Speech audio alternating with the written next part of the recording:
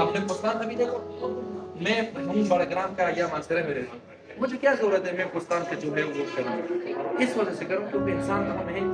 हम कोशिश ये करते हैं कि पुस्तान के जो है हमारी माँ बहनें जो हैं, अब इसी तलीसीमिया जो है वहाँ पे इस तरह तलीसीमिया सेंटर तो नहीं है ना, वो लोग बेचारे कभी इब्टाबाद आते हैं, कभी बडराम आते हैं, कभी यहाँ पे मानसरे में आते हैं, कभी वो पैसों पे वो ब्लड डोनेट करें। इस तरह हम कह रहे हैं कि अवेयरनेस सेशन हो जाए, अवेयरनेस आप लोग को मिलाएं और ब्लड जो है उनका कैंप